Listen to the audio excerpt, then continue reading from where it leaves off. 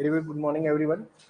देखिए last class में हमने डिस्कस किया था कि ट्रायल को कब से शुरुआत माना जाएगा, कब से माना जाएगा कि विचारण प्रारंभ हो गया है। विचारण प्रारंभ होना माना जाएगा जब वादी का मुख्य परीक्षा हो गई हो, उसके बाद की जो स्टेज आएगी उसमें हमने मानेंगे ये। जैसे हम लोगों ने लास्ट क्लास में डिस्कस किया था, जैसे मान लीजिए प्लेंट हो गई, रिटन स्टेटमेंट हो गई, वाद पत्र हो गया, लिखित कथन हो गया, विवादों का स्तरीकरण हो गया, सेटलमेंट ऑफ इश्यूज हो गए, प्लेंटिव का एविडेंस चल रहे हैं और एविडेंस में भी कौन सी स्टेज चल रही है, एग्जामिनेशन इन चीफ। क्योंकि एग्जामिनेशन चीफ जो होता है सीपीसी में, देखिए सिविल में जो एग्जामिनेशन चीफ होता है, मुख्य परीक्षा होती है, वो किसके ऊपर होती है, शपथ पत्र पे होती है, वो एफिडेविट पे होता है। और ये कहाँ लिखा हुआ है, ऑर्डर 18 रूल 4। जो चीज शपथ पत्र पे हो रही है वो तो न्यायालय के समक्ष तो होगी नहीं, वो तो पार्टीज ने खुद ने दी है। अब जब प्लेंटिव के एविडेंसेस का या उसके जब उसका क्रॉस एग्जामिनेशन होगा, जब इसकी प्रति परीक्षा होगी, जब से ये होना स्टार्ट होगा तब से क्या स्टेज कहलाएगी, we usually call it trial. ये विचारण है, हम इसको क्या कहेंगे सर, विचारण। We usually call it trial. और यही तो क्या है सर, यही क्या है सर, ट्रायल। इसी को हम विचारण कह रहे हैं। बात समझ में आई? The provisions are very plenary and simple. आपको समझना होगा कि हम बात कर रहे थे ऑर्डर 6 रूल 17 की, हम बात कर रहे थे और ऑर्डर 6 रूल 17 में हम समझ रहे थे चीजों को, किस तरह से चीजें काम करती है। ठीक है, अब आप मुझे बताइए, इसका जो प्रोवाइजो है जो 2002 में जोड़ा गया, इसका जो परंतुक है वो कब जोड़ा गया, 2002 के संशोधन अधिनियम से जोड़ा गया। सवाल ये है सर, सवाल सुनना, सवाल ये है, ये कहना चाह रहा है कि अगर ड्यू डिलीजेंस के साथ, सम्यक तत्परता के साथ पहले नहीं उठाया गया था तो आपको उठाना चाहिए था, तो न्यायालय आपको बाद में परमिट नहीं करेगा, अनुज्ञात नहीं करेगा संशोधन करने के लिए। पर प्रैक्टिकली ऐसा होता है क्या? बाद में भी कोर्ट होता है। हमने हमने हर्षद चिमनलाल मोदी वाला केस पढ़ा हर्षद चिमनलाल मोदी, याद करो, वैसे DLF private limited, Harshad Chimanlal Modi पढ़ा हमने जुडिक्शन में। हर्षद चिमनलाल मोदी केस में क्या हुआ था, केस फाइल हुआ था दिल्ली में, जबकि जो कंपनी का कॉर्पोरेट ऑफिस था, सेक्शन 20 की बात कर रहा हूं मैं, जो कंपनी का ऑफिस था, हेड ऑफिस था, वो कहां था, गुड़गांव में। तो केस कहां फाइल होना चाहिए था, प्रिंसिपल ऑफिस गुड़गांव में। तो 8 साल बाद केस को ट्रांसफर किया गया, और ट्रांसफर जब भी किया गया होगा तो अभियोजनों में संशोधन किया होगा, और सुप्रीम कोर्ट ने उसके लिए कोई बात नहीं बोली। तो सुप्रीम कोर्ट कहने का मतलब ये है कि अगर केस में ये इंटरेस्ट ऑफ जस्टिस में ठीक लगता है, अगर लगता है कि ये न्याय के हित में है, संशोधन किया जाना चाहिए, तो संशोधन होता है। बात समझ में आई? ऑल्दो प्रोवाइजो में कुछ भी लिखे, लेकिन प्रैक्टिकली संशोधन होता है, प्रैक्टिकली अमेंडमेंट होते हैं। You can not interfere under those provisions which are made by the statute. Rule तो ये कहता है कि एक बार विधायिका ने जो प्रावधान बना दिए, न्यायालय उसमें इंटरफेयर नहीं करता, लेकिन जस्टिस को इंश्योर करने के लिए किया जाता है। समझ में आई? लिखिए इसमें, एज पर द प्रोवाइजो, देखिए प्लीज सुन लीजिएगा, ऑर्डर 6 रूल 17 पूरा ही नोट कर लीजिएगा कॉपी में अपने, पूरा ही इंपोर्टेंट है, हर एक वर्ड इंपोर्टेंट, हर एक लाइन इंपोर्टेंट है। जगह छोड़ दीजिएगा ऑर्डर 6 रूल 17 की, उसके प्रोवाइजो लिखने के, परंतु तक को लिखने के लिए लाइन छोड़ दीजिएगा, परंतु तक को लिखने के लिए लाइन छोड़ दीजिएगा, ठीक है ना। लिखिए, as per proviso the court will be more rigid, as per proviso the court will be more rigid, परंतु के फलस्वरूप, परंतु के फलस्वरूप न्यायालय, वो मैंने लिखवा देता ना, माली मत कमेटी ने कहा था, ये सब चीज हो गई थी ना।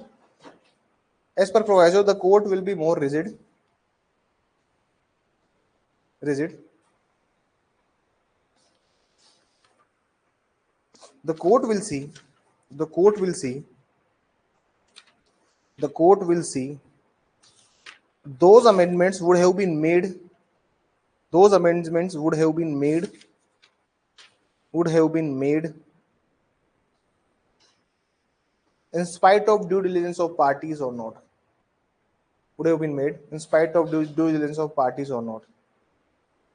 परंतु के अनुसार, परंतु के अनुसार न्यायालय, न्यायालय किसी भी संशोधन के आवेदन को स्वीकार करने में कठोर होगा, किसी भी संशोधन के आवेदन को स्वीकार करने में कठोर होगा। न्यायालय किसी भी संशोधन के आवेदन को स्वीकार करने में कठोर होगा।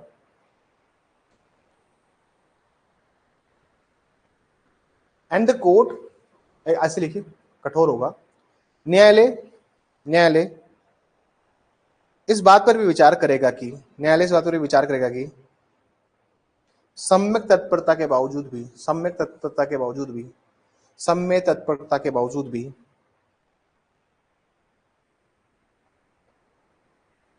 विचारण प्रारंभ होने के पूर्व उसे नहीं उठाया जा सकता था।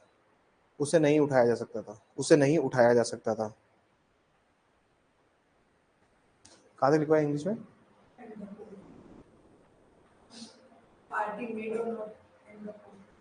पूरा लाइन बोलिए।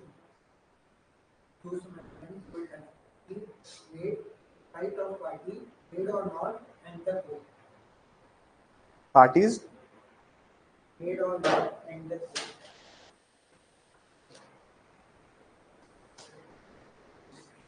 and the court would allow those applications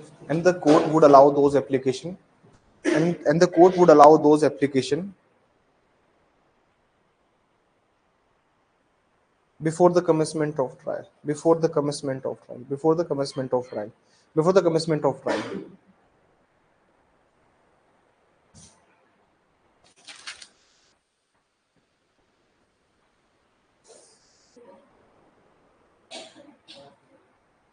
paragraph संख्या लिखिए, the court is cognizant, paragraph संख्या लिखिए, the court is cognizant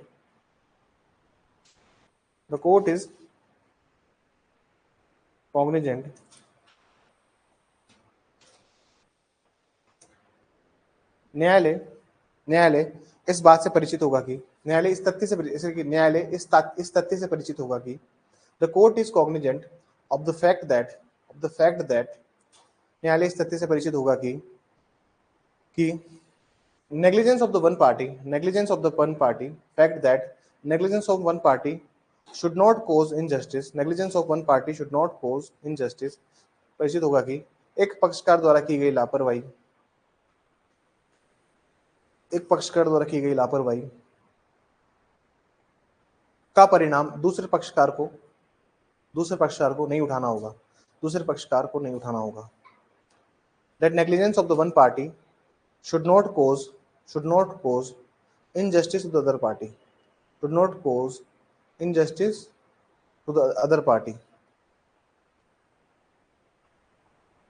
Therefore, if court finds, इसलिए यदि न्यायालय को प्रतीत होता है कि if court finds, इसलिए न्यायालय को प्रतीत होता है कि that such amendments of pleading would result into irreparable loss to the other party.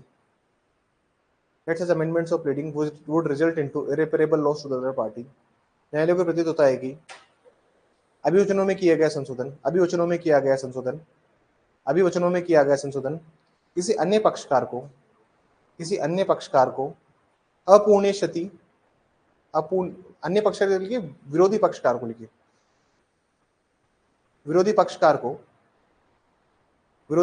को अपूर्णीय क्षति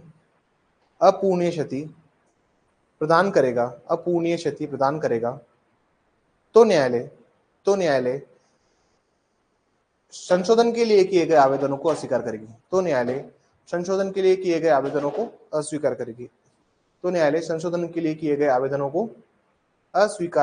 अस्वीकार करेगी।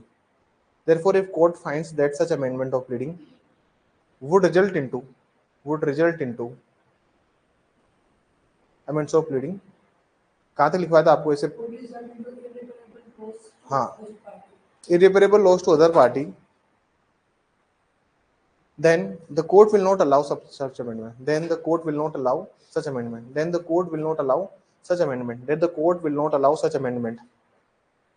पैराग्राफ चेंज करके लिखिए, the real test for amendment of pleading is, important paragraph है, ठीक है ना?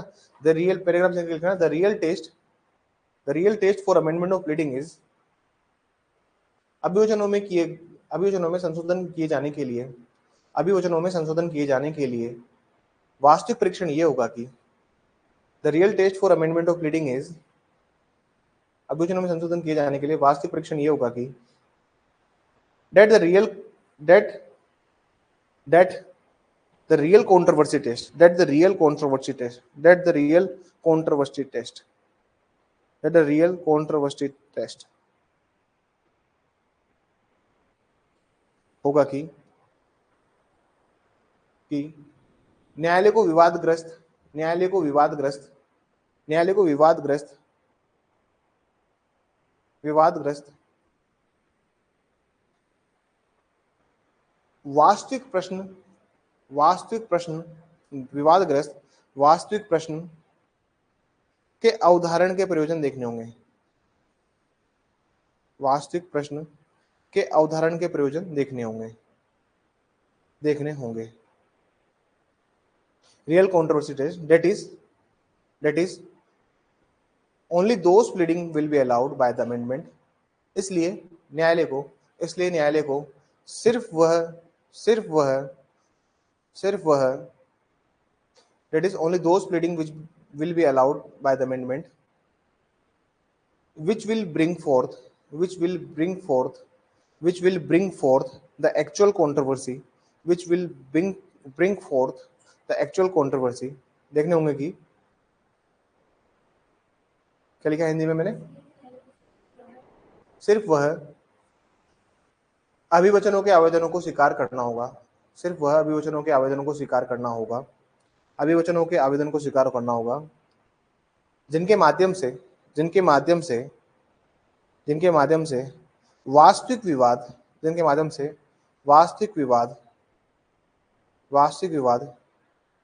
न्यायालय के समक्ष आ सके, वास्तविक विवाद न्यायालय के समक्ष आ सके,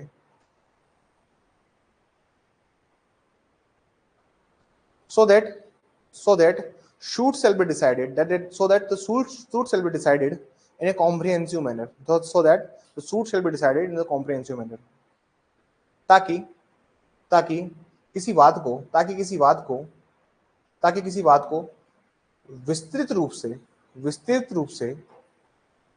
किसी बात को विस्तृत रूप से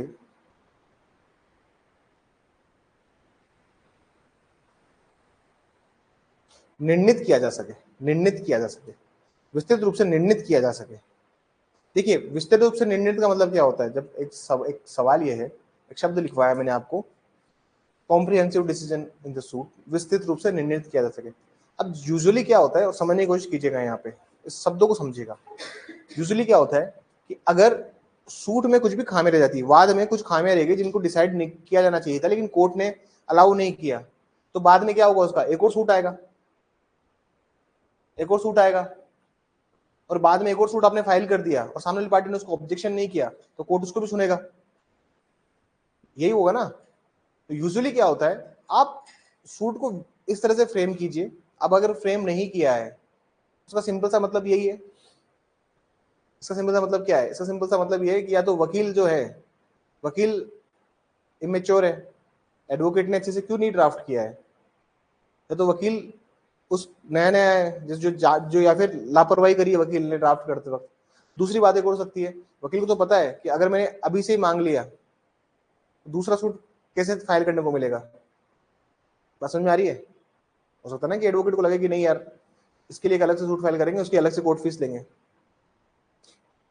उसके लिए अलग से फीस चार्ज करूंगा मैं।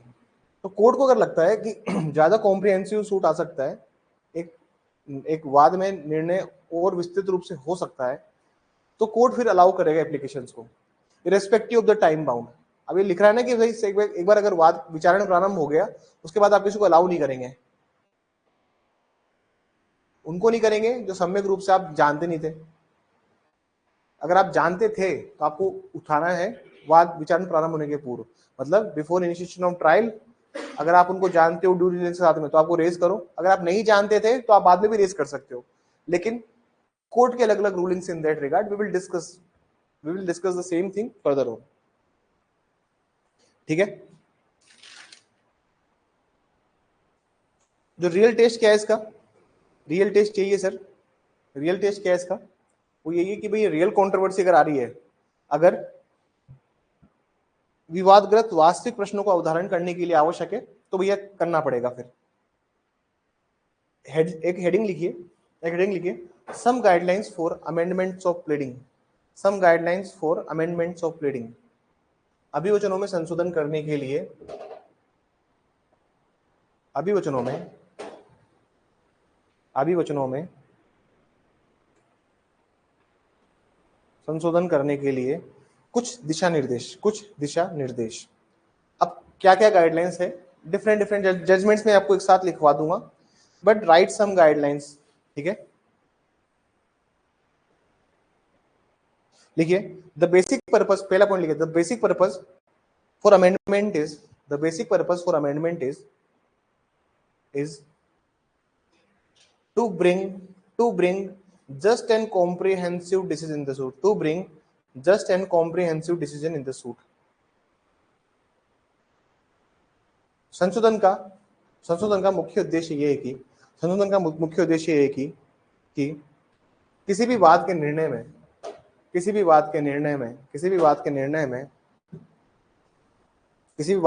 में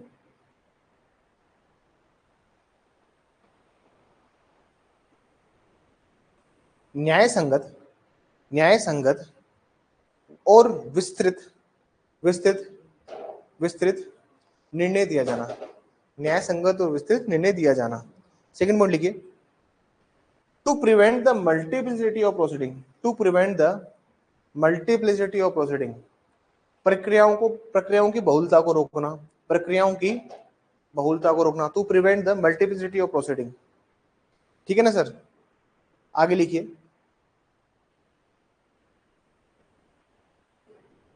the effect of decision in the case, उसमें लिखिए, थर्ड पॉइंट नहीं है ये, ठीक है ना, उसमें लिख रहे हैं, the effect of decision of the case, किसी भी निर्णय का प्रभाव ये होगा कि, the decision in the suit, the effect of decision in the suit, that it may attract res judicata order to rule 2, प्रभाव ये होगा कि निर्णय आने के पश्चात पूर्व न्याय का सिद्धांत व आदेश 2 नियम 2 जैसे सिद्धांत लागू होंगे, क्योंकि देखिए जब तक जजमेंट नहीं आएगा तब तक ये सब नहीं लगता है। समझ में आ रही है? आप देखें ऑर्डर टू रूल 2 कभी भी इन बिटवीन ही लग रहा हो कहीं पे, और जब भैया हो जाएगा खत्म तब तभी तो लागू होगा ना। आगे लिखिए,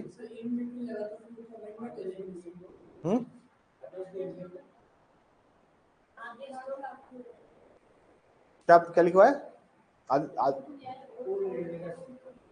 लागू होगा, आदेश 2 नियम 2 लागू होगा।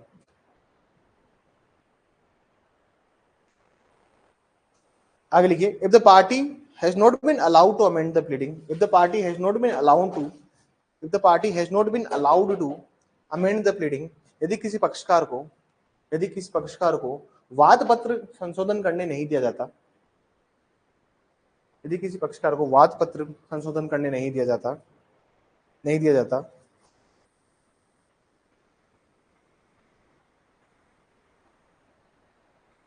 तो पूर्व न्याय वो आदेश 2 नियम 2, पूर्व न्याय वो आदेश 2 नियम 2 जैसे सिद्धांत उसके हितों को प्रभावित करेंगे।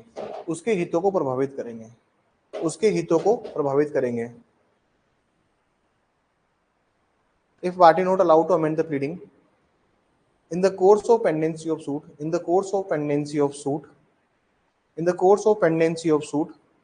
then his interest will get adversely affected,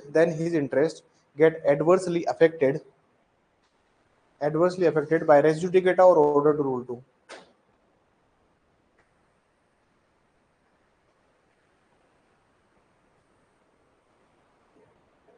ठीक है,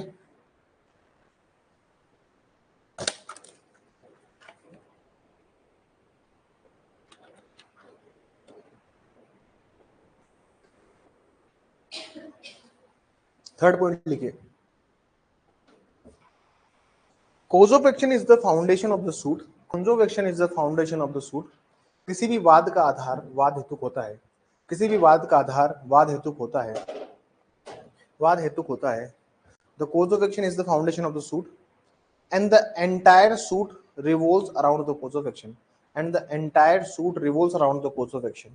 और समस्त वाद और समस्त वाद और समस्त वाद वाद हेतुक के इर्द गिर्द रहता है. और समस्त वाद हेतुक के इर्द गिर्द रहता है, वाद हेतु के इर्द गिर्द रहता है. Therefore, the cause of action cannot be allowed to be substituted. Therefore, the cause of action cannot be allowed to be substituted. इसलिए वाद हेतुक को प्रतिस्थापित नहीं किया जा सकता संशोधन के माध्यम से. इसलिए वाद हेतुक को प्रतिस्थापित नहीं किया जा सकता संशोधन के माध्यम से.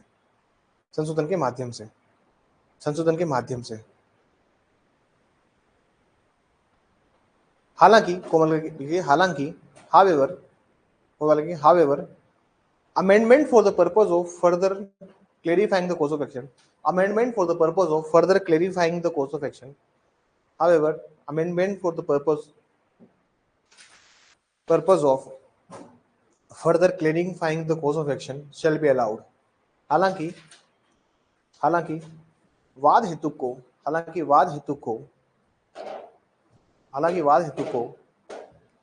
और सुचारू ढंग से न्यायालय के समक्ष समझाने के लिए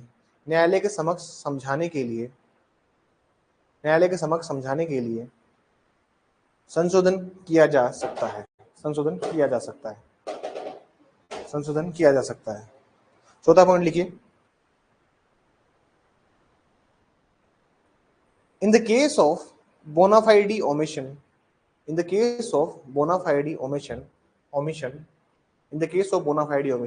यदि किसी पक्षकार द्वारा सद्भाव पूर्वक लोप किया गया था, या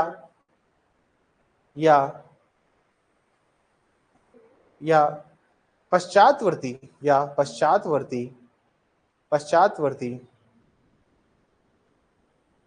परिस्थितियों में बदलाव होने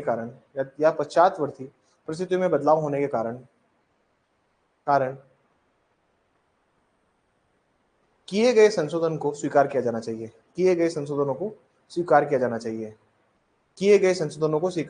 चाहिए.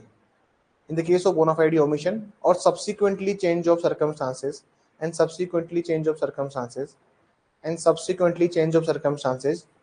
shall be allowed, and subsequently change of circumstances shall be allowed through amendment.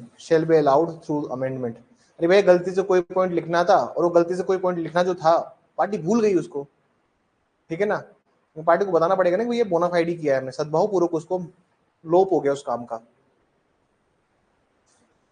आगे लिखे, पांचवा point, the matter in issue or relief on the same cause of action, the matter in issue or relief on the same cause of action can be amended. किसी एक वाद हेतुक पर विवादक विषय या अनुतोषों को संशोधित किया जा सकता है. किसी एक वाद हेतुक पर विवादक विषय या अनुतोषों को संशोधित किया जा सकता है. कैसा नाम लिखिए, Andhra bank versus ABN AMRO bank.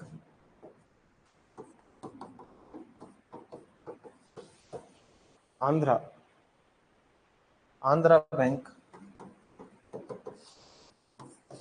Versus ABN AMRO bank.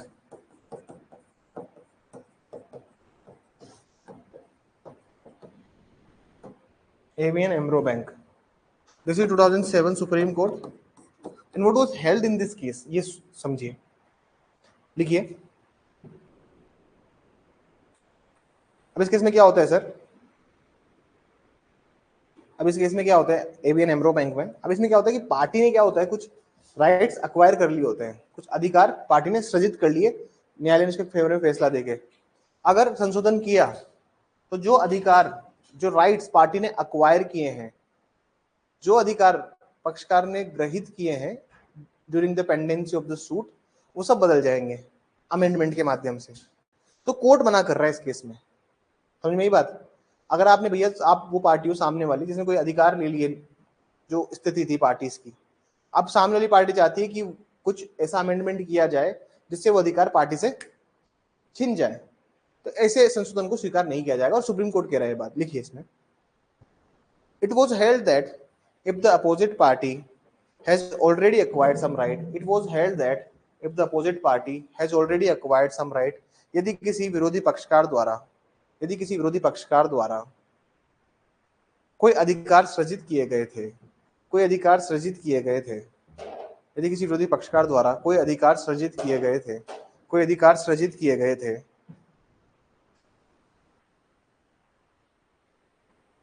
acquired some right and due to amendments of pleading, and due to amendments of pleading, और अभिवचनों में संशोधन, और अभिवचनों में संशोधन करने से, और अभिवचनों में संशोधन करने से, और अभिवचनों में संशोधन करने से, and due to the amendments of pleading, it will result into taking away such right, and due to amendments of pleading will result into taking away, will result into taking away such right, और अभियोजन में संशोधन करने से वो अधिकार पक्षकार से छीन लिए जाएंगे या ले लिए जाएंगे, away that right, and it will cause irreparable loss, and it will cause irreparable loss, और विरोधी पक्षकार को अपूर्णीय क्षति होगी, और विरोधी पक्षकार को अपूर्णीय क्षति होगी, then such amendment will not be allowed, then such amendment will not be allowed, then such amendment will not be allowed। तो ऐसे संशोधन को स्वीकार नहीं किया जाएगा, तो ऐसे संशोधनों को स्वीकार नहीं किया जाएगा। लोकेश, गांव जाने की क्या वजह थी ऐसी, क्यों गए गांव? तबियत ठीक करो, वापसी आओ, he is online.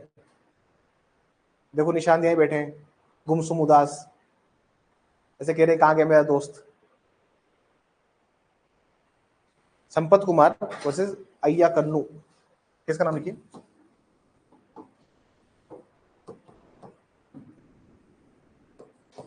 Sampat Kumar versus Aiah Kannu.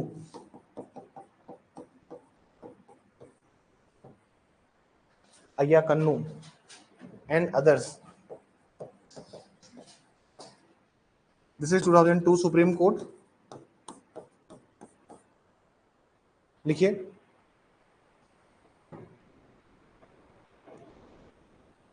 at the time of allowing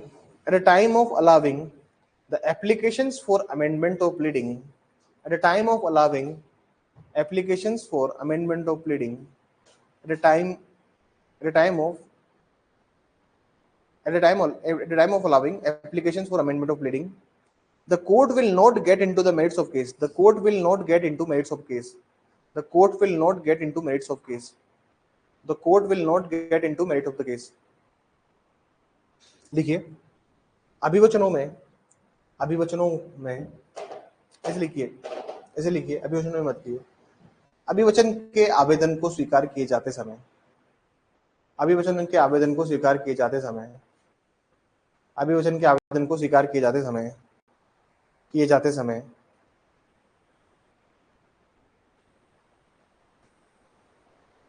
न्यायालय मामले के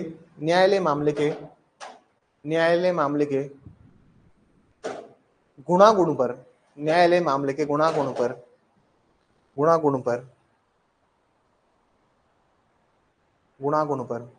कोई टिप्पणी नहीं करेगा, गुणागुण पर कोई टिप्पणी नहीं करेगा, ठीक है ना। मतलब आप अमेंडमेंट कीजिए एप्लीकेशन का, आपको भैया कोई प्रोविजन को चेंज करना है, this is the plaint and you want to make any rectification, कोई भी चेंज करना है आपको, कोई भी अमेंडमेंट करना है, करो, लेकिन जो मेन मैटर चल रहा है उसके मेरिट्स को इफेक्ट नहीं होगा ना, आपको करना है। ये बात समझ में आई?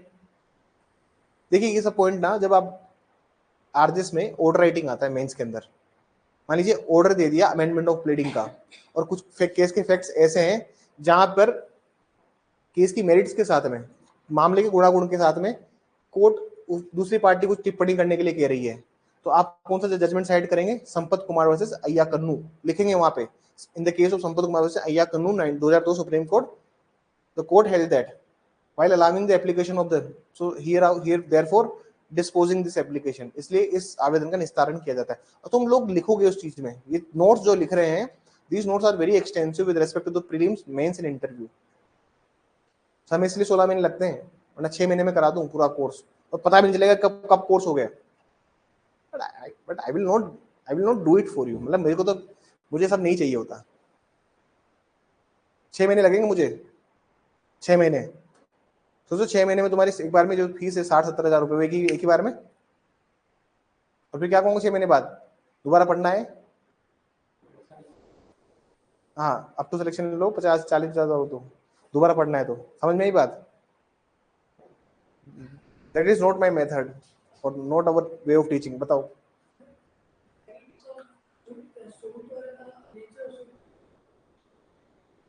जैसे फैमिली का मैटर है, जैसे डाइवोर्स का मामला है, तो नेचर ऑफ सूट क्या है? Family, matrimonial. और मेरिट्स का मतलब क्या होता है? गुणागुण। मतलब कोर्ट मेन केस को नहीं सुन रहा है, कोर्ट ही देख रहा है कि इस एप्लीकेशन को अलाउ करना है नहीं करना है। कोर्ट केस के ऊपर कमेंट नहीं कर रहा है कि केस में क्या चल रहा है। कोर्ट क्या देख रहा है कि इसको किया जाना चाहिए नहीं किया जाना चाहिए। एग्जाम्पल देता हूं इसको, जैसे मान लीजिए एक भैया जमीन को लेकर दो भाइयों में झगड़े चल रहे हैं, ये ए था और ये बी था, ठीक है। केस का नाम था ए वर्सेस बी। ए ने अपनी प्लेंट में बहुत सारी चीजें लिखी, बी ने अपने डिस्क्रिप्शन में बहुत सारी चीजें लिखी। Plaint, written statement, settlement of issues, और यहाँ पे प्लेंटिव एविडेंस चल रहे हैं, यहाँ पे डिफेंडेंट एविडेंस चल रहे हैं, प्रतिवादी के साक्ष्य चल रहे हैं, ठीक है। कहानी यहाँ तक समझ में आई? अब क्या होता है, ए कुछ अमेंड करना चाहता है इसमें, ए क्या चाहता है इसमें? प्लेंटिव जो है ना वो अमेंडमेंट करना चाहता है इस स्टेज पे आकर, इस स्टेज पे आकर, और यहाँ के बोलता है कि सर जो रिलीफ है ना मेरी, उस रिलीफ में प्लीज जो अनुतोष आप देंगे मुझे, उस अनुतोष के अंदर ऐसा कीजिए सर, एक काम कीजिए बहुत सिंपल सा, उस अनुतोषों में सर एक काम कीजिएगा, आप तो मुझे पोजीशन दे ही दे रहे हैं ना सर, मुझे पोजीशन भी दे देना, प्लस मुझे डिक्लेयर भी कर देना। कोर्ट ने कहा ठीक है भाई कर ले, तेरी ये प्लेंट जो है ना इसमें एक चीज और लिख दे रिलीफ में कि भैया इस आदमी ने क्या मांग लिया कोर्ट से, या फिर मीन प्रॉफिट। मीन प्रॉफिट मतलब ना क्या होता है? कौन सा बोलते हैं इसको? अंतकालीन लाभ। कोर्ट ने इसने भी मांग लिया कोर्ट से।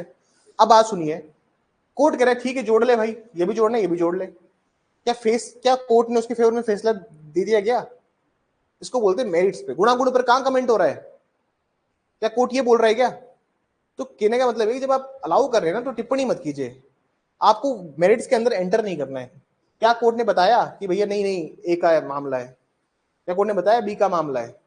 क्या कोर्ट ने क्लेरिफाई किया कि विच party would one the case? Court को क्या मतलब है? कोर्ट ने अच्छा करनी है ठीक है सर अलाउ किया जाता है, अलाउ करो अलाउ। बात समझ में आई? तो मैं मेरिट्स का मतलब ये है, और प्रकृति तो अलग होती है, प्रकृति मतलब नेचर। हाँ,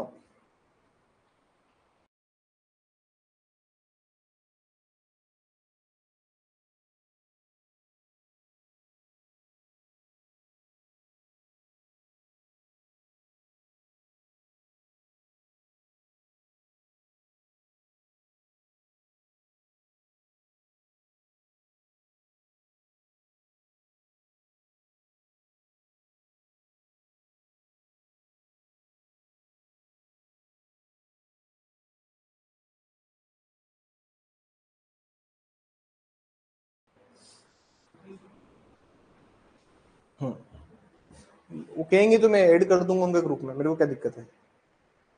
मैं फिर यारी दोस्ती निभाओगे तो फिर कुछ नहीं, अपने नुकसान करो, और क्या में क्या मतलब है। चलिए आगे चलिए।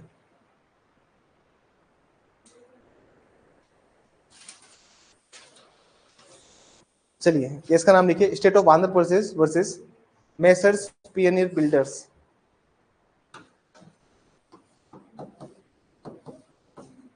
State of Andhra Pradesh versus messrs pioneers builders. Messrs pioneers builders, this is 2000 supreme court. लिखिए इसमें, while allowing or disallowing any application for the amendment of pleading, while allowing or disallowing any application for the amendment of pleading, जहां कहीं भी किसी संशोधन के आवेदन को स्वीकार या अस्वीकार किया जाता है, जहां कहीं भी किसी संशोधन के आवेदन को स्वीकार या अस्वीकार किया जाता है, then it must always be a speaking order,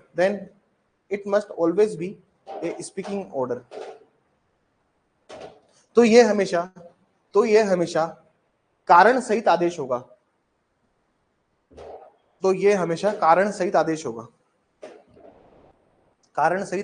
speaking order मतलब समझे क्या होता है? स्पीकिंग ऑर्डर इंग्लिश में उसको कहते हैं जिसमें रीजंस हो। ब्रैकेट में लिखिए, स्पीकिंग ऑर्डर के ब्रैकेट में लिखिए order with recorded reasons, bracket में अभी लिखिए कारणों को अभिलिखित करना होगा, भाई हमने क्यों अलाउ किया, हमने क्यों डिसअलाउ किया, तो you have to write the reasons. समझ में ये बात?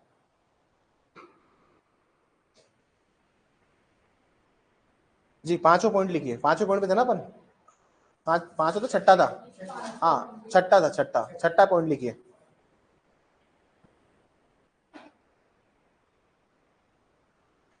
If there is undue or unexplained delay,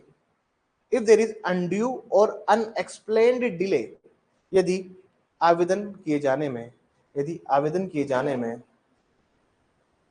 अत्यधिक विलंब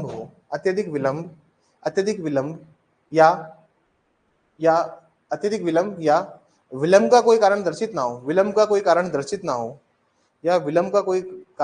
हो, unexplained delay in making an application for amendment of pleading, an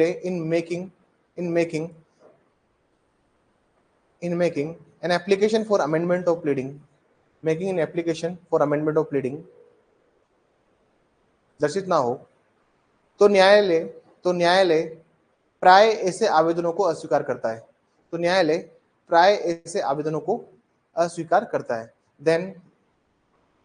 then court normally will not allow the amendment of such pleading,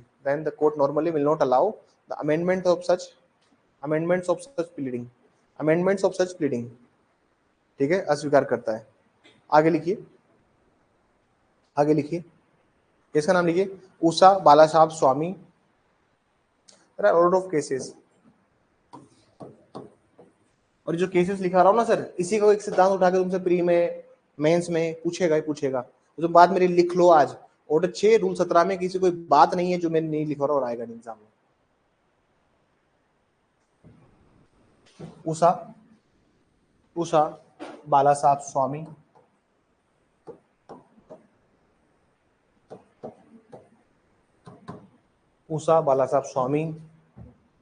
and others versus Kiran Appasu Swami,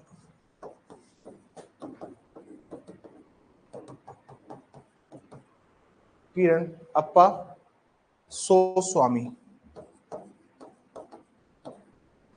Appasu Swami. This is 2007 Supreme Court। जिसका नाम लिख दिए, लिखने start कीजिए।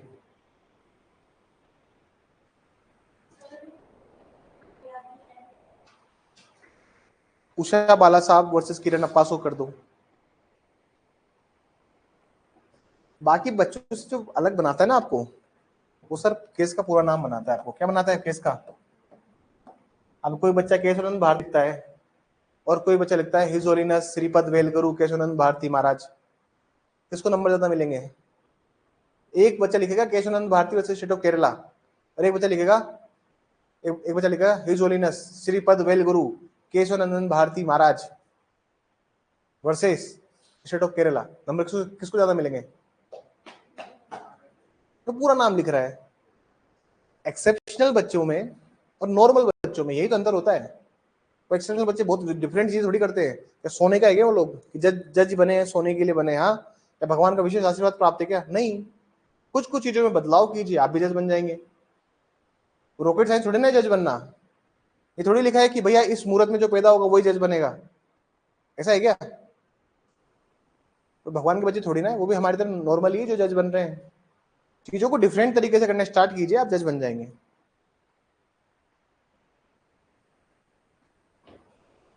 Usha Bala Saheb Swami and others versus Kiran Appaso Swami and others.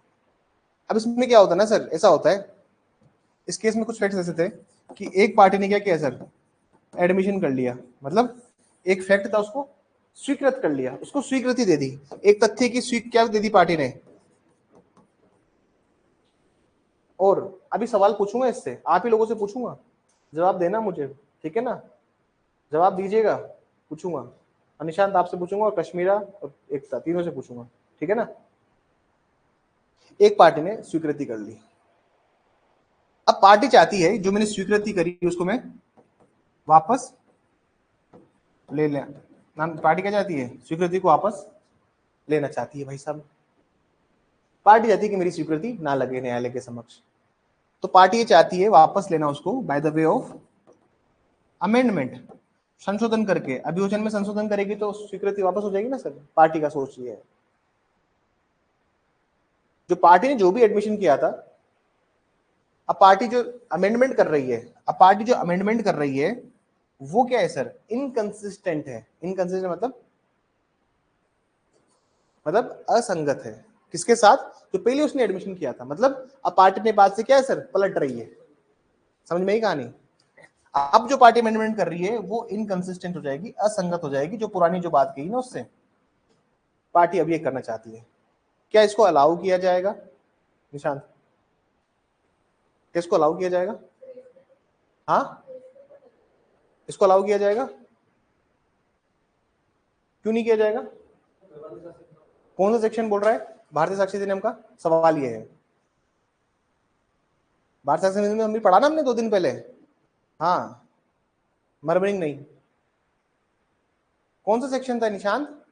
हाँ जी, कौन section था? भी पढ़ा ना हमने 2 दिन पहले कि स्वीकृति पर विबंध का सिद्धांत लागू होता है।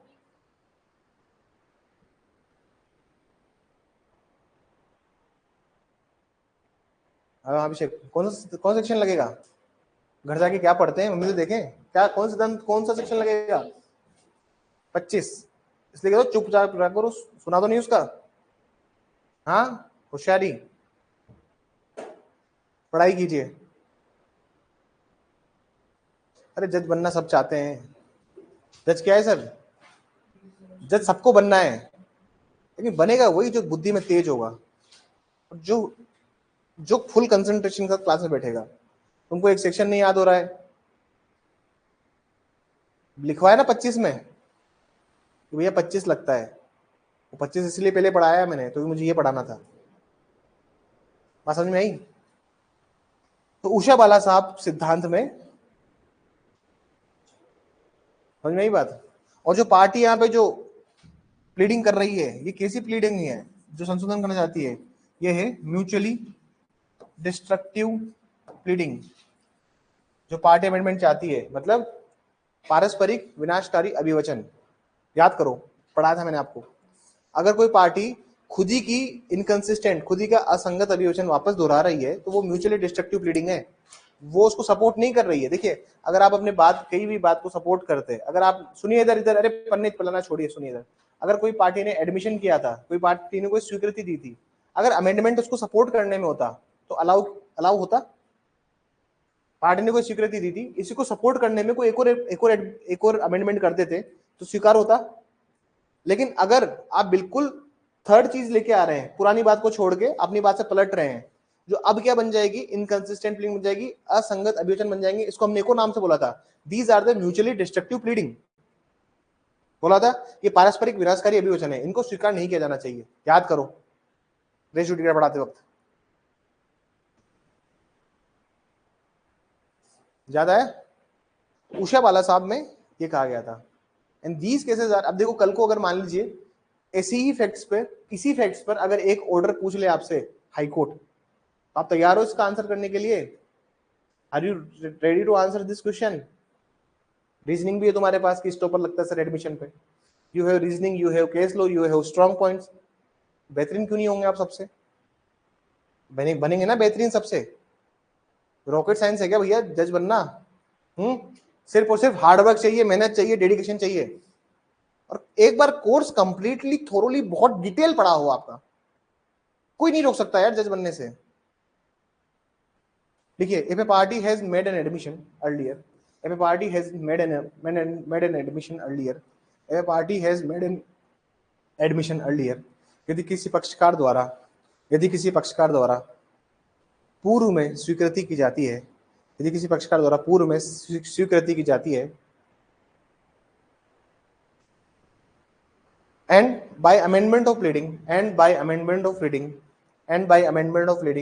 he wants to raise a pleading, and by the amendment of pleading he wants to raise a pleading, और अभियोजनों में संशोधन करके वह एक ऐसा अभिवचन करना चाहता है, अभिवचन में संशोधन करके वह एक ऐसा अभिवचन करना चाहता है which is inconsistent with earlier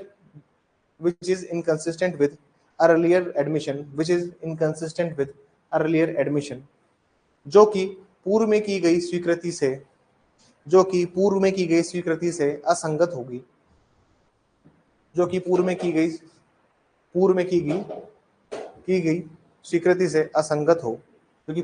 स्वीकृति से असंगत हो, which is inconsistent with the earlier admission,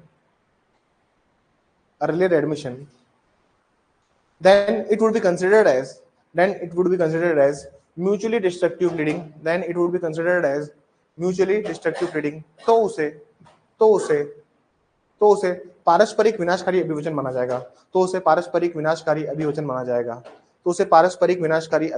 जाएगा, और ब्रैकेट में आप लोग भी ब्रैकेट में प्लीज लिख लीजिएगा mutually destructive pleading, Hindi medium वाले बच्चे भी म्यूचुअली डिस्ट्रक्टिव प्लीडिंग, क्योंकि देखिए एडीजे जो होते हैं ना वो इंग्लिश मीडियम से भी आए हो, क्या पता उन्होंने कभी शब्द ही ना सुना हो। पारस्परिक विनाशकारी अभिवचन, ब्रैकेट में लिखना म्यूचुअली डिस्ट्रक्टिव प्लीडिंग कहा जाएगा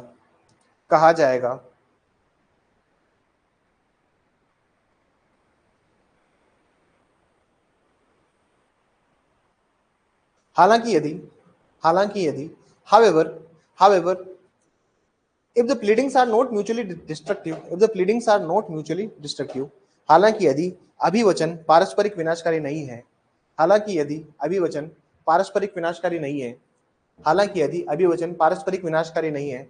however if the pleadings are not mutually destructive, then such amendment of pleading shall be allowed, तो अभिवचनों में संशोधन को स्वीकार किया जाना चाहिए,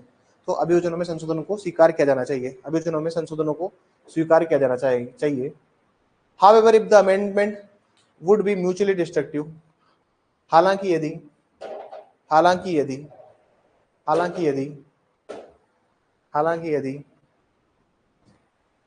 संशोधन के परिणाम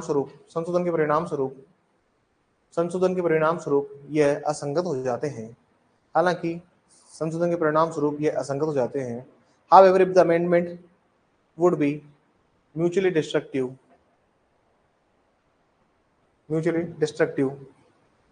then such amendment will not be allowed, तो ऐसे अभिवचन को स्वीकार नहीं किया जाना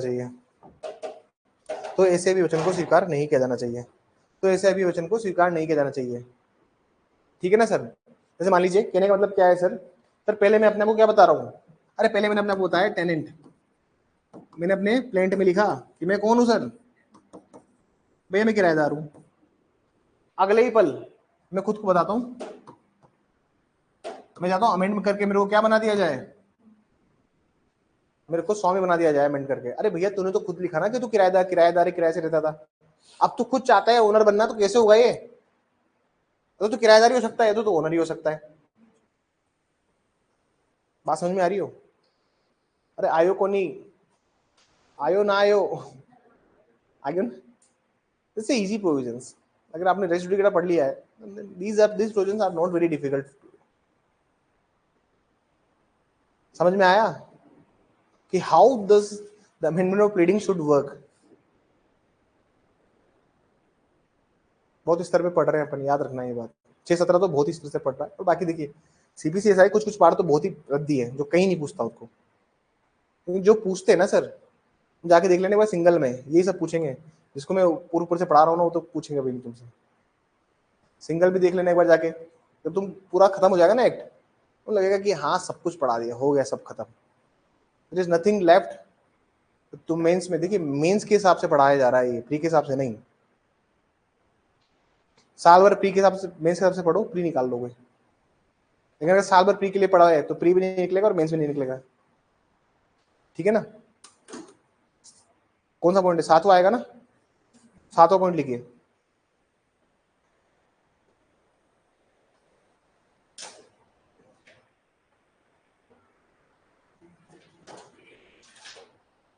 सातवें पॉइंट में केस लिखिए, ओम प्रकाश गुप्ता वर्सेस रणबीर बी गोयल। लिखिए ओम प्रकाश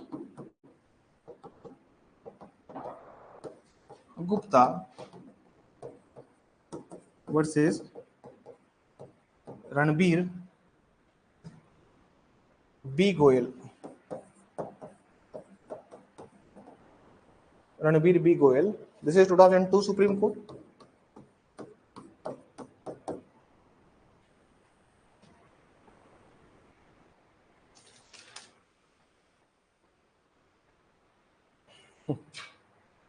तुम्हें आई डोंट नो, मेरे को इतना डीप में पढ़ाना चाहिए नहीं पढ़ाना चाहिए, तो मैं सवाल पढ़ाऊं थोड़ा सा डीप में? पढ़ोगे?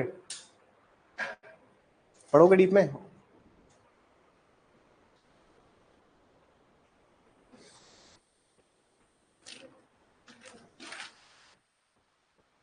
सवाल ही था ओम प्रकाश गुप्ता केस में, सुनिएगा सर, समझ में नहीं आएगा, ऊपर से निकल जाएगा, टफ टफ टफ कंसेप्ट है।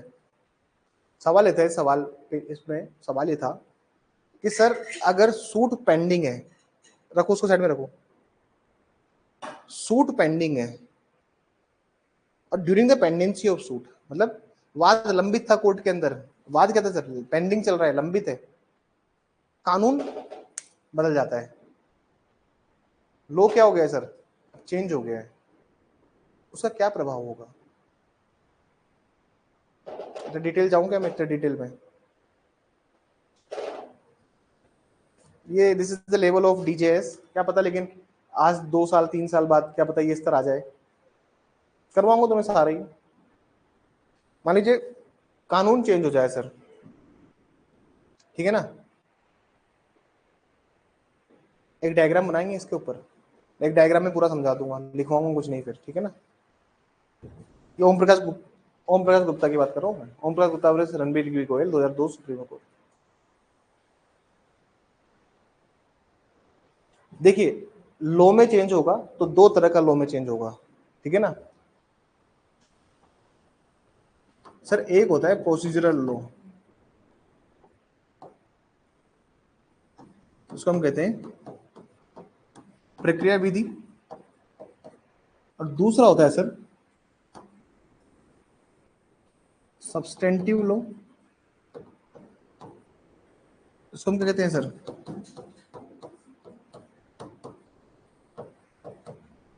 सारवान विधि, मूल विधि, सारवान विधि, there are multiple names, you can call it, जो भी आपको लगता है। सवाल लिखिए यहाँ पे, थोड़ा कॉपी को 2 भागों में डिवाइड कर लीजिएगा और क्वेश्चन लिखिए। If any change in procedural law, if any change in procedural law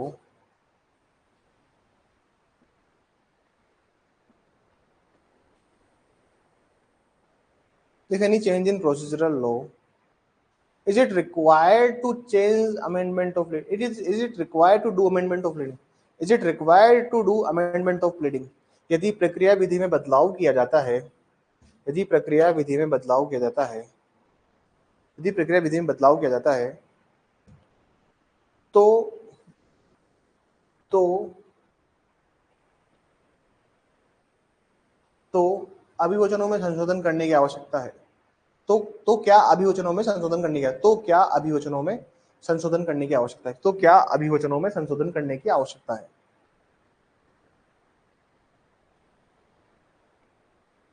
तो क्या अभिवचनों में संशोधन करने की, is there any need to change और amend the pleadings.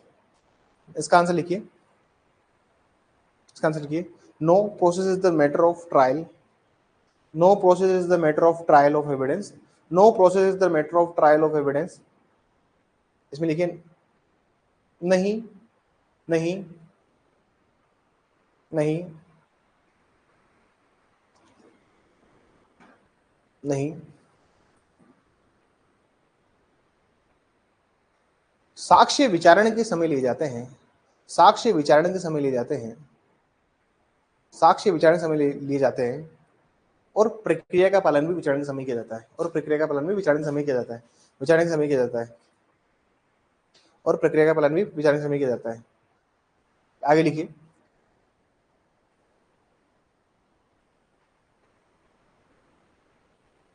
procedure need not to be pleaded, procedure need not to be pleaded in pleading, procedure need not to be pleaded in pleading। किसी भी अभिवचन में प्रक्रिया को नहीं लिखा जाता, किसी भी अभिवचन में प्रक्रिया को नहीं लिखा जाता, and is not, and it does not affect the course of action, and it does not affect the course of action, और प्रक्रिया वाद हेतु को प्रभावित नहीं करती, और प्रक्रिया वाद हेतु को प्रभावित नहीं करती। अरे प्रक्रिया वाद हेतु को प्रभावित करती है क्या? भैया 30 दिन में रिटर्न स्टैंड फाइल होगा, तो क्या वाद हेतु को प्रभावित कर रही है प्रक्रिया? क्या कोर्स ऑफ एक्शन को डिफेक्ट करती है क्या प्रक्रिया? अगर प्रोसीजरल लॉ में चेंज हुआ है, if is there any change in the procedural law, क्या प्रक्रिया विधि में बदल दिया है, संशोधन आ गया है, तो क्या तुम्हें अपने अभिवचनों को संशोधन करना पड़ेगा? सवाल ये है, सवाल ये है, तो भैया प्रक्रिया विधि में बदलाव है तो तुम्हारा उससे क्या मतलब है? तुम क्या प्लीडिंग्स में प्रक्रिया लिख रहे हो? बेसिक कॉमन सेंस लगाओ। तुम क्या अपने अभिवचन में प्लेन रिटन स्टेटमेंट में are you mentioning any procedure? क्या कोई प्रक्रिया लिख रहे हैं आप? तो फिर क्यों बदलाव चाहिए, क्यों संशोधन चाहिए? समझिए पहली बात, इसको, इस बात को समझिए। आगे लिखिए, therefore amendment of pleading not required, therefore amendment of pleading is not required। इसलिए इसलिए इसलिए अभिवचन में संशोधन, इसलिए अभिवचन में संशोधन किया जाना आवश्यक नहीं है, इसलिए अभिवचन में संशोधन किया जाना आवश्यक नहीं है, इसलिए अभिवचन में संशोधन किया जाना आवश्यक नहीं है। Moreover, changes in procedural law not affect the course of action, moreover changes in procedural law not affect the course of action।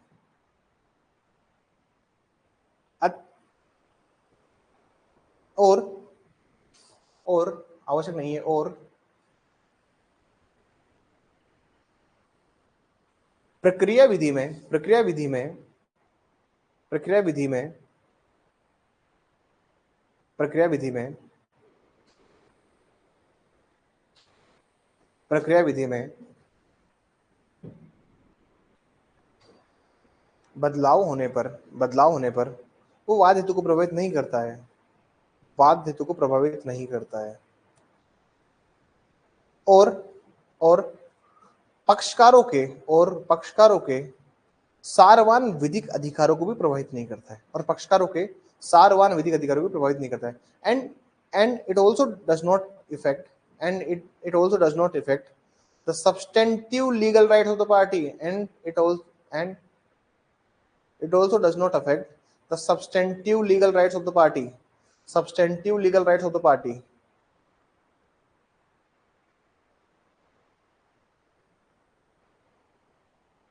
Done. ये तो होगी कहानी इसकी कहानी में कोई दिक्कत? अरे इसकी कहानी कोई दिक्कत है क्या? चलो इसकी कहानी सुनते हैं। अरे सर जीवन क्या है? एक कहानी। तुमने अपना किरदार कितने अच्छे से निभाया, यही क्या है, जीवन। यही क्या है, जीवन। ये रंगमंच है, कब पर्दा गिर जाए हमें नहीं पता। पर्दा गिरने का मतलब जानते ना क्या होता है, कब आपका, पेन मत खाओ मुंह में, इरिटेट मत क्या करो। ये रंगमंच का पर्दा कब गिर जाए, यू नेवर नो। इसलिए अपना किरदार बखूबी उस पर्दे पर बेहतरीन तरीके से निभाइए। अभी तुम्हारा किरदार क्या है, जुडिशियल एस्पिरेंट का, तो उसमें ईमानदारी रखिए। मेरा किरदार क्या है, टीचर का, तो मैं अपने किरदार में ईमानदारी रख रहा हूं। तो हर एक आदमी अपना किरदार ढूंढ रहा है। हो सकता है कि आप अपने किरदार से खुश ना हो, लेकिन डायरेक्टर साहब ने तो क्या बोल दिया है, एक्शन। डायरेक्टर साहब ने क्या कह दिया है, एक्शन। जब मैं जुडिशियल एस्पिरेंट था तो मैं भी अपने किरदार से खुश नहीं था, बिकॉज जुडिशियल एस्पिरेंट कौन बनना चाहता है, सबको क्या चाहिए, अंततः मंजिल चाहिए ना।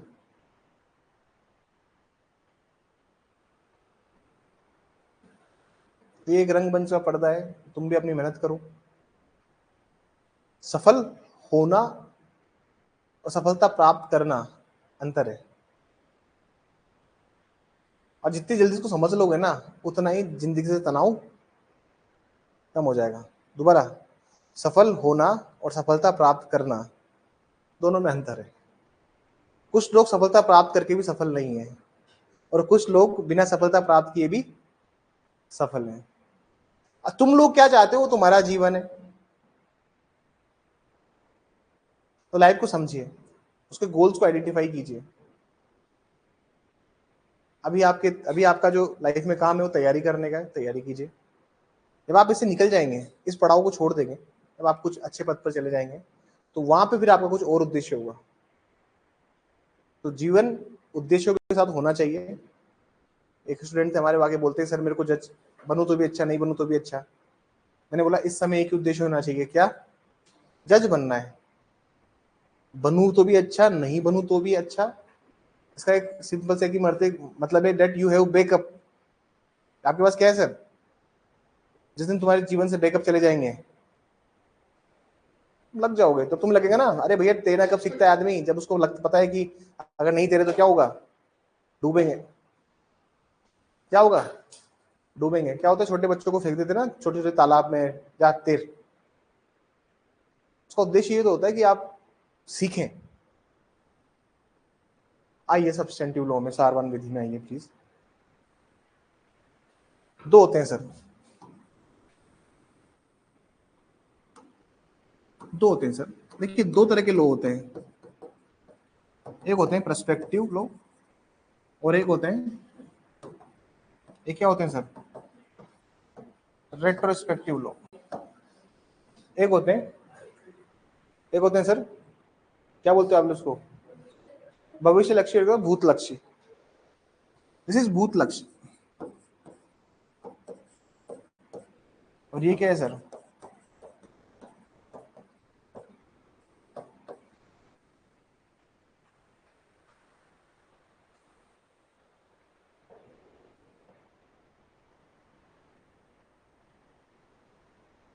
अगर किसी भी सब्सटेंटिव लॉ के अंदर, सारवान विधि के अंदर बदलाव आए हैं,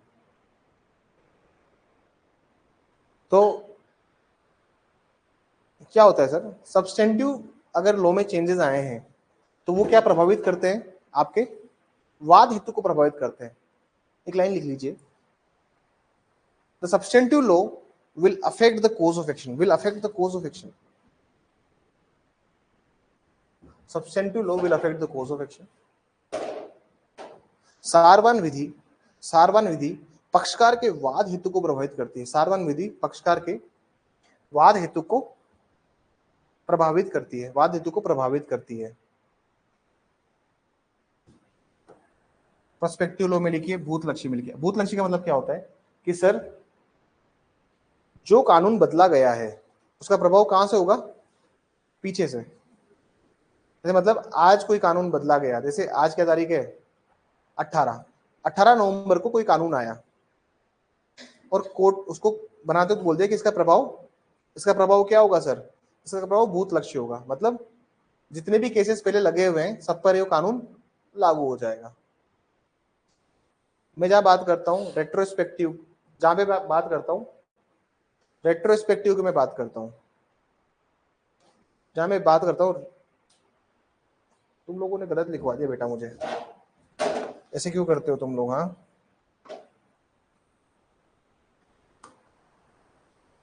ऐसे क्यों करते हो आप लोग, बताओ।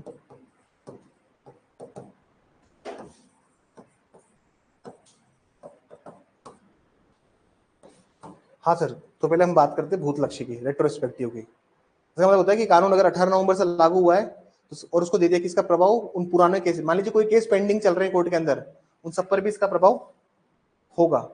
पर्सपेक्टिव होता है भविष्य के लिए, इसके लिए भविष्य के लिए, फ्यूचर को देखिए, उसका इंप्लीकेशन क्या होगा, फ्यूचर का होगा, ठीक है ना, प्रोस्पेक्टिव का। तो हेडिंग डालिए प्रोस्पेक्टिव और लिखना स्टार्ट कीजिए। If substantive law changes prospectively, if substantive law changes prospectively, prospective का मतलब भविष्य लक्ष्य, मतलब आगे के लिए, भाई आगे के लिए बदला है। अब तुम सोचो कॉमन सेंस लगा के, भैया कोई चीज अगर आगे के लिए बदली है तो तुम्हें लगता है कि उसको बदलना चाहिए। अब जो आगे केस फाइल होंगे उन पे लागू होगा, पुराने जो चल रहे हैं उस पर कोई जरूरत है क्या? आप देखना 99% जो कानून है उनका क्या होता है, भविष्य लक्ष्य, क्योंकि उनको पता नहीं कि अगर हमने प्रोस्पेक्ट रेट्रोस्पेक्टिव कर दिया, अगर हमने भूत लक्ष्य बना दिया तो फिर संशोधन करने पड़ जाएंगे। बात समझ में आई? There is a section 143A and 148 negotiation instrument act, धारा 143A और 148, जहां पर मेंटेनेंस का प्रावधान दिया अभी इन्होंने, 20% मेंटेनेंस मिलेगा, है ना, मेंटेनेंस का प्रावधान है ना। अपील में मेंटेनेंस, अरे मेंटेनेंस क्या, कॉम्पनसेशन, अपील तभी एड की जाएगी नेगोशिएशन केसेस में, पराक्रम में वाले मामले जो है उसमें अपील जब जाएगी जब आप इतना कॉम्पनसेशन देंगे, ठीक है ना, इतना पैसा जमा कराओ तभी तुम्हें अपील सुनी जाएगी। तो केस आया SS देसवाल वर्सेस वीरेंद्र गांधी, ये भी लिस्ट में था, उस केसेस की जो लिस्ट आई थी ना, उसमें सब्जेक्ट आइडेंटिफाई किए थे NI के, ये सारे केसेस हैं 15-20, वहां भी था लिस्ट में।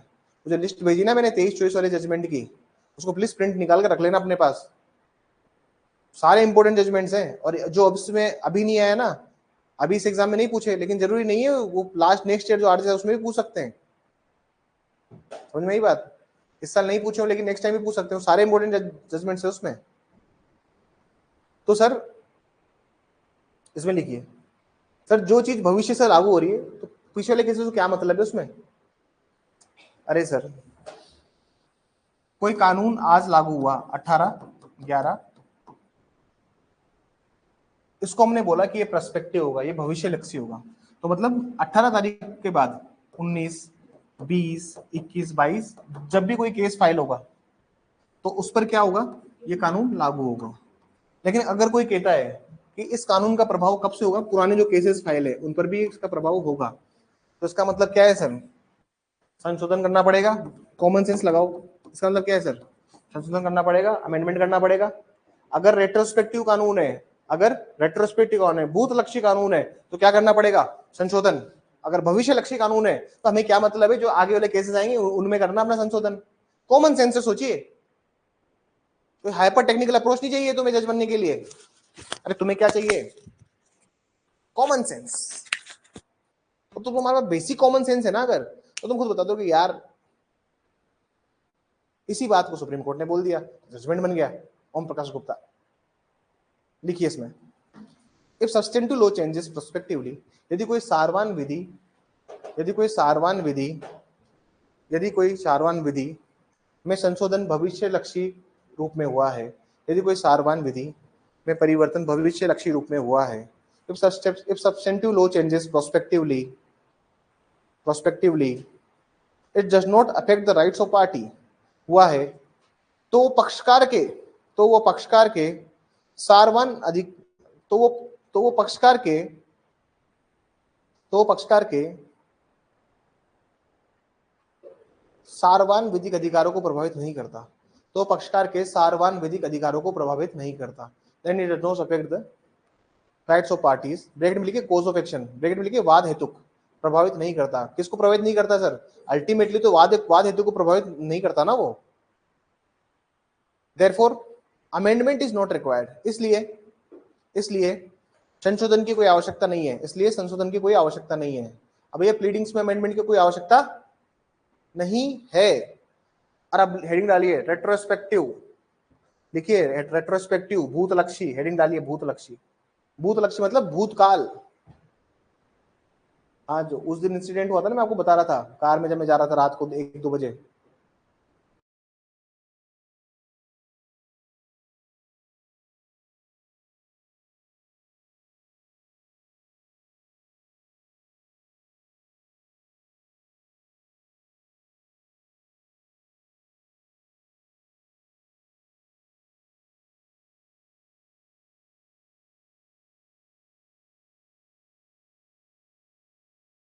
वो अमित क्या है, संगीतकार है, जो कार में बैठे थे। तो उस दिन हम कार में यही गाना सुनते थे रात को 1-2 बजे की बात है।